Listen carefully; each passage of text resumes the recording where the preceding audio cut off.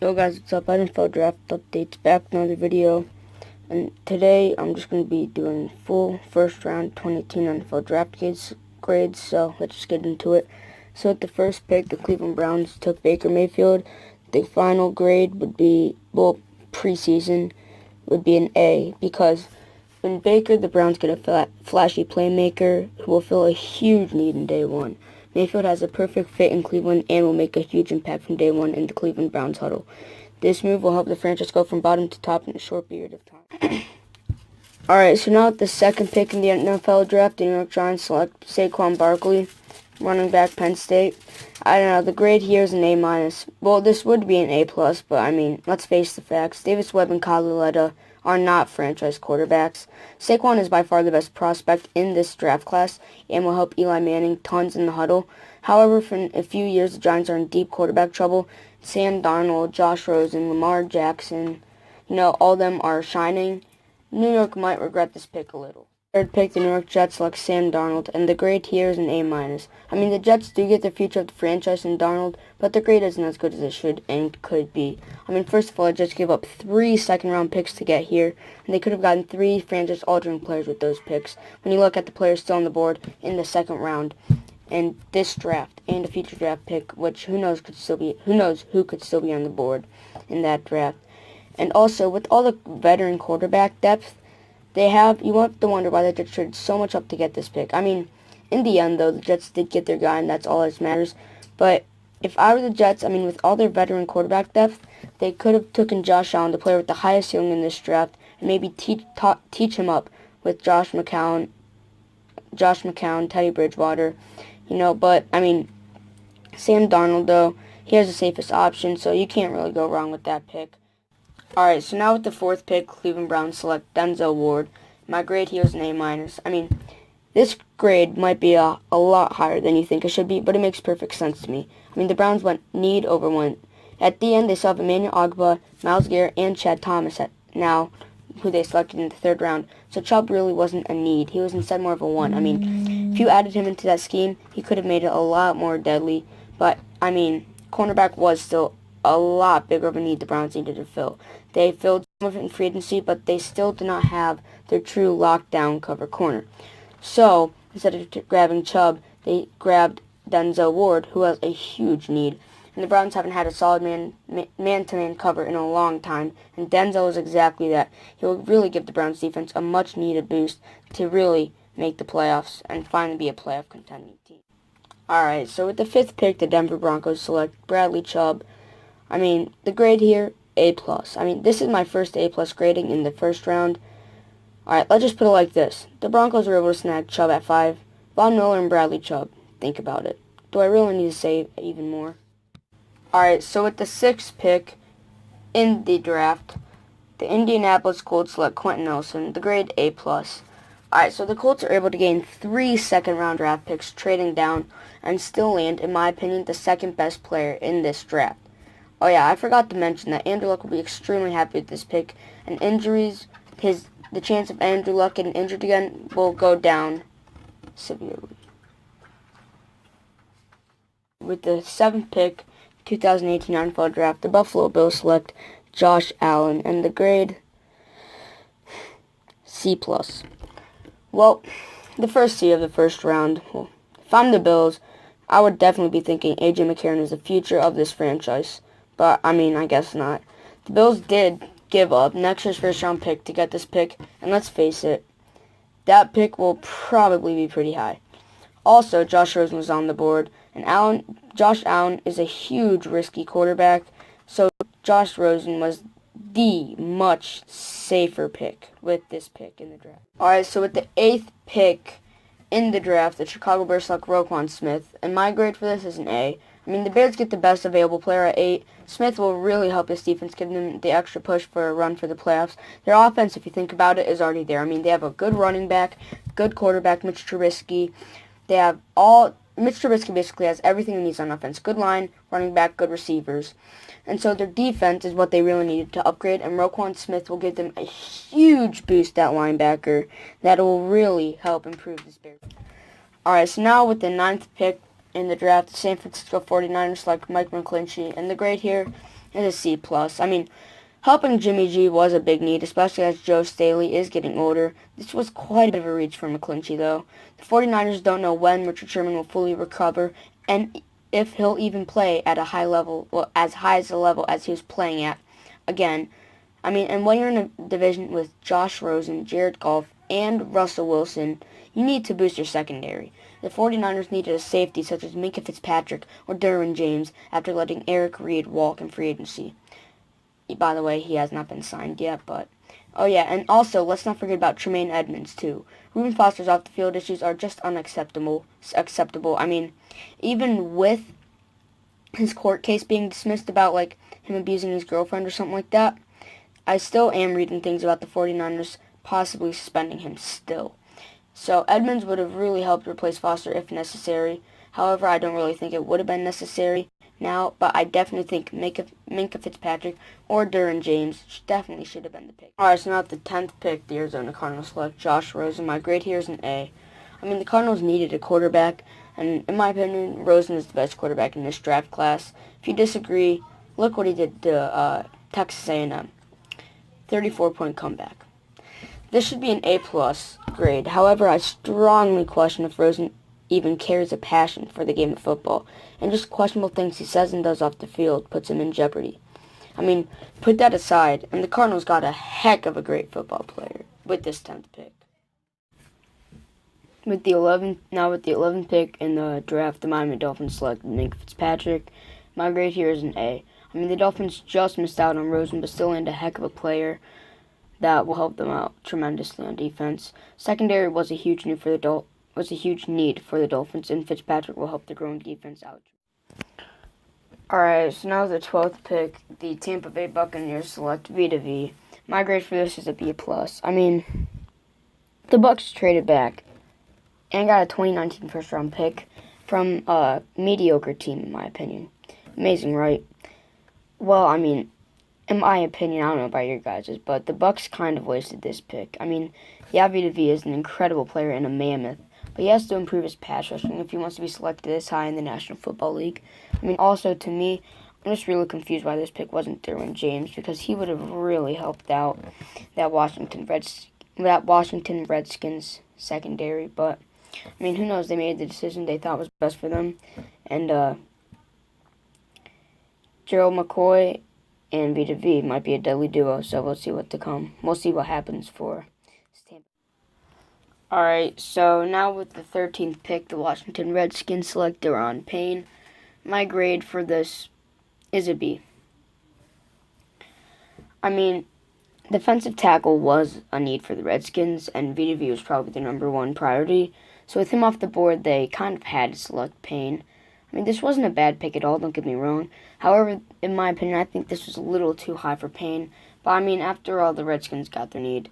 The reason for this to be a B is it was a bit too high for Payne, and Derwin James was still on the board. And, again, he definitely would have helped out the secondary to make a playoff push. Alright, so now with the 14th pick, New Orleans Saints select Marcus Davenport. I'm going to give it a C+.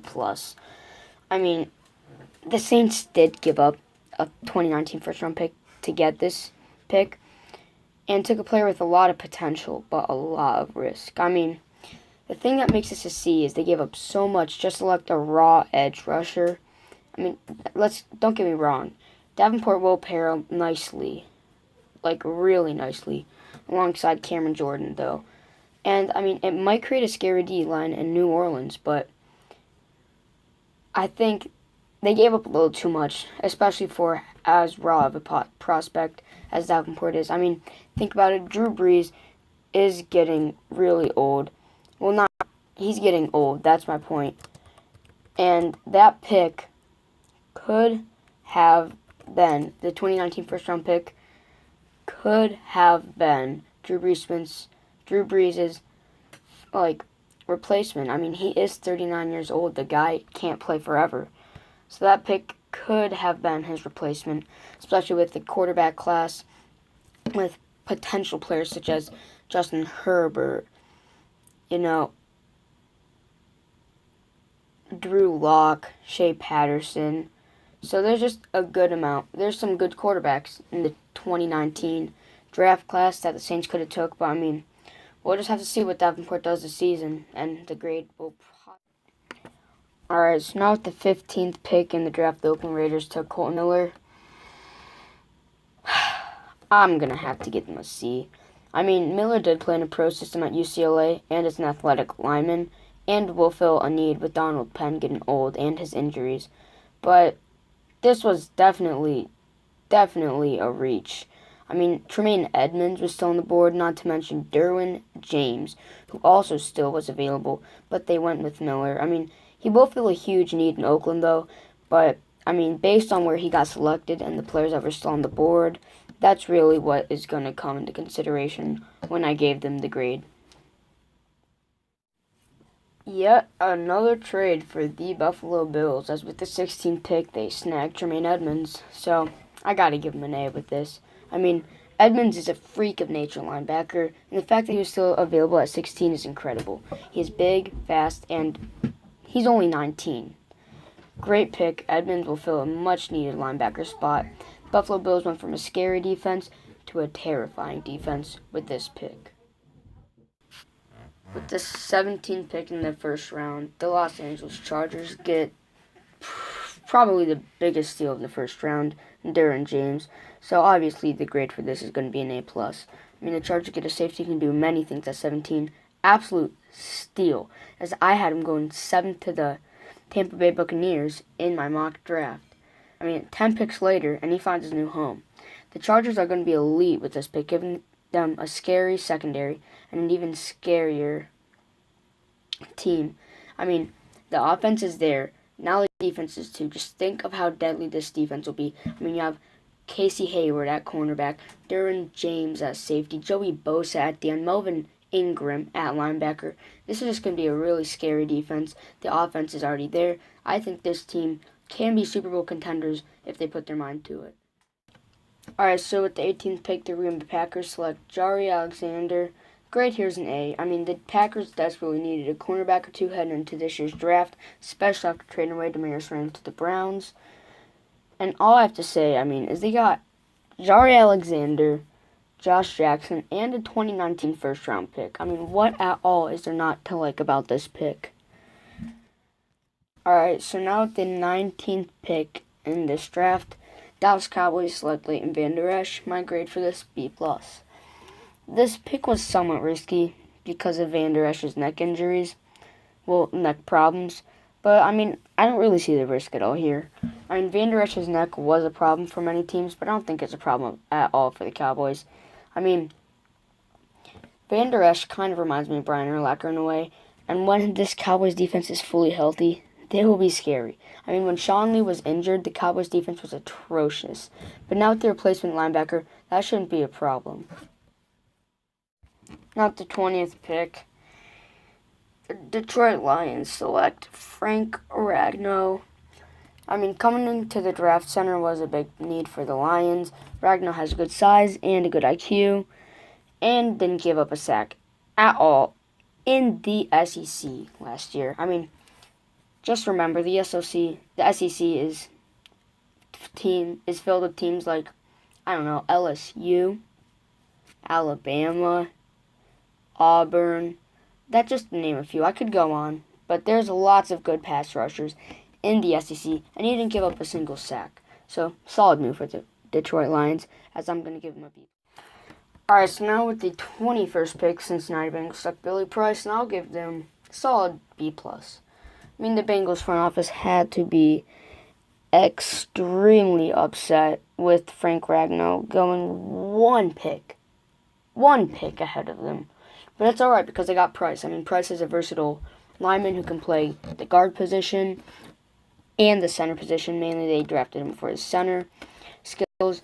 But I mean, with how bad the Cincinnati Bengals line is, especially after they lost Kevin Zeitler and Andrew Whitworth in free agency last year, they really needed to get their offensive line going back again to A, protect Andy Dalton and give him time to throw, And B, I mean, Joe Mixon has a ton of potential, and if he's going to have to unleash that potential, he's going to need a line to block for him. And I believe Price is the building block to start a new, great offensive line for the Cincinnati Bengals. Alright, so now with the 22nd pick, Tennessee Titans select Rashaan Evans. My grade for this one is going to be an A. I mean, the Titans did lose Avery Williams, so linebacker was definitely a need. The Titans got a versatile linebacker in Evans, and he will be a very impactful player from day one for the Titans. Not to mention they were also able to get their hands on Harold Landry in the second round. So, I mean... Alright, so 23rd pick, New England Patriots select Isaiah Wynn. The grade I'm going to give them is a B.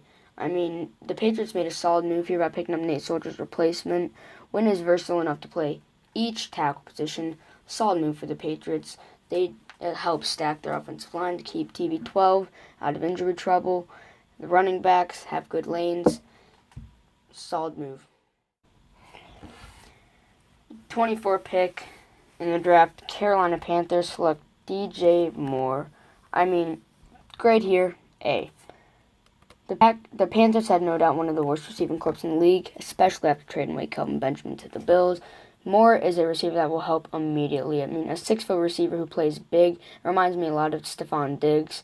Moore will really help out this offense, give Cam Newton some more targets, so Christian McCaffrey will have a little less pressure on him this upcoming season.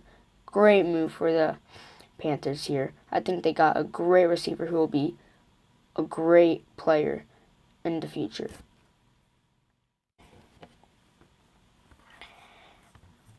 Alright, now with the 25th pick in the draft, the Baltimore Ravens selected Hayden Hurst. The grade for this will be a B. I mean, Hurst will really help out Joe Flacco, and Baltimore did the right thing trading down to get Hurst. But with a struggling receiving corps, Calvin Ridley should have been the pick. I mean, especially because he was still available. Hurst is also 25 years old. 27th pick, Seattle Seahawks select Rashad Penny. Before I grade this based on, I guess I could say the statistics, not statistics, but basically facts. Basically facts and, where he could have been taken. Before I say anything, though, I think Rashad Penny will be a great running back. I think the Seahawks did the right thing taking this. I mean, you guys are going to say I'm a hypocrite because of my grade on this pick, but my grade is based on, the facts and how they could have gotten him later and stuff like that. So before I say the grade for this pick, I definitely think this kid will have by far over 1,000-yard rushing. He'll be in up-and-coming beast mode, and I think he will be one of the top rushers in the league. I think he is a great player with a great future in Seattle. Alright, now I'm going to sound like a total hypocrite here, but the grade is a D. The worst grade of the first round. Running back was definitely need, but Seattle could have gotten Sonny Michel or waited, then traded back up into the second round to grab Ronald Jones, Darius Geis, Kerryon Johnson, or even Nick Chubb. All these players they could have got with this pick, 27, or even traded down and gained more picks and still got these players. I mean, the Seahawks could have even waited till the third round, and Rashad Penny still could have possibly been available. I mean, let's not forget Josh Jackson could have been the pick, or Harold Landry could have been the pick here. So, I mean, even though I think Rashad Penny is a great player with great things to come, 27 was a major reach. I mean, he still would have been available probably second round or even third round. Instead, he went 27th overall, and I heard reports that the Seahawks said if they didn't trade back, he probably still would have been the pick at 18. Even though I do think great of him, this pick has to be a D because they could have got, let's see, Richard Sherman's replacement in Josh Jackson, or an edge rusher and Harold Landry that will replace Michael Bennett. But, I mean, they took Penny, who could have still been available in a later. Alright, so now with the 28th pick, Pittsburgh Steelers select Terrell Edmunds. The grade here, C. I mean, Edmunds will replace Mike Mitchell, but this obviously was a reach. The Steelers better hope soon that they don't regret passing on Justin Reed possibly with this pick. Also, Terrell Edmunds can play the linebacker spot if he needs to, replacing Ryan Shazier, but let's face it, this was a huge reach for a player such as Terrell Edmunds. Alright, now with the 29th pick, Jacksonville Jaguars select Taven Bryan. I mean, the grade here, B+. The Jaguars somehow made something go from great to somehow even better. I mean, Bryan doesn't really fill a specific need in Jacksonville, but he will make this defense even more scary. I mean, for all the people that see Bryan as a project player, with this pick, he has plenty of veterans to learn from. A project player, my bad.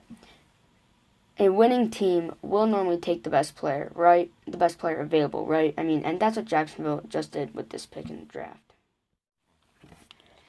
Alright, so now at the 30th pick, the Minnesota Vikings select Mike Hughes, grade B+. I mean, the Vikings have a recent history of drafting first-round cornerbacks. They don't end up being good. I mean, look at Trey Waynes, for example, or Xavier Rhodes, one of the best cornerbacks in the NFL. Same thing here. The Vikings just strengthened their cornerback rotation a lot with this pick of Mike Hughes. The offense is there. Now the defense is too. I mean, the only thing I don't like about this pick is lineman was kind of a need, and players such as James Daniels were still available, Will Hernandez. But I mean, Mike Hughes is a great cornerback that will really help out the Minnesota Vikings defense. Alright, so now with the 31st pick in the NFL draft, New England Patriots select Sony Michel, grade A-. Michel will fit right in place for Dion Lewis, who left for the Titans. Michel gives Tom Brady yet another weapon to help him out. Michel reminds me a lot of Alvin Kamara. I mean, the Patriots had a great pick with here. Michel's definitely a versatile runner who can also catch passes out of the backfield. Only concern that I have about this pick is we all know Bill Belichick does not like players who fumble the ball, and sometimes Sony Michel will fumble the ball, so he just has to work on his hands, keeping a firm grip on the football, and this will be A+ pick for the New England Patriots. With the 32nd pick in the draft, the Baltimore Ravens select Lamar Jackson, grade A here. I mean, I'm going to tell you guys my opinion. There is no way, in my opinion, Lamar Jackson slips out of the first round, especially with his upside and his potential. I mean, this is the most exciting pick of the draft, in my opinion. The Ravens traded for a player who will learn for a year or two under Joe Flacco before replacing him. I mean, Jackson can improve his throwing mechanics and accuracy. This will be the absolute steal of the draft. I don't even care if an undrafted player wins Rookie of the Year. This will be the steal of the draft. I mean, Jackson pans out. This pick is Michael Vick 2.0, and the Ravens fans will be stoked for the future. I mean, think about this. Michael Vick improves his throwing. When the coverage is great, takes off, easily 15-yard gain. When nothing's there, he can make the throw. Just dynamic. There's always going to be an option with Lamar Jackson at quarterback. Great pick. I love it. So I gave it an A. Alright, thank you guys for watching. Make sure to like, subscribe. And before I end the video, I just want to say all the highlights you saw in this video, all the highlight clips, I do not own any of them. They're all owned by different YouTube channels that make them. So definitely go make sure to go show love to those channels. Go subscribe. I'll have them linked down in the description. So this is definitely none of my content. Well, the recording you see in the background, the highlights, definitely none of my content. It is all theirs. Definitely check the link in the description to see all 32 clips and what I got in this video. So thank you guys so much for watching. Peace.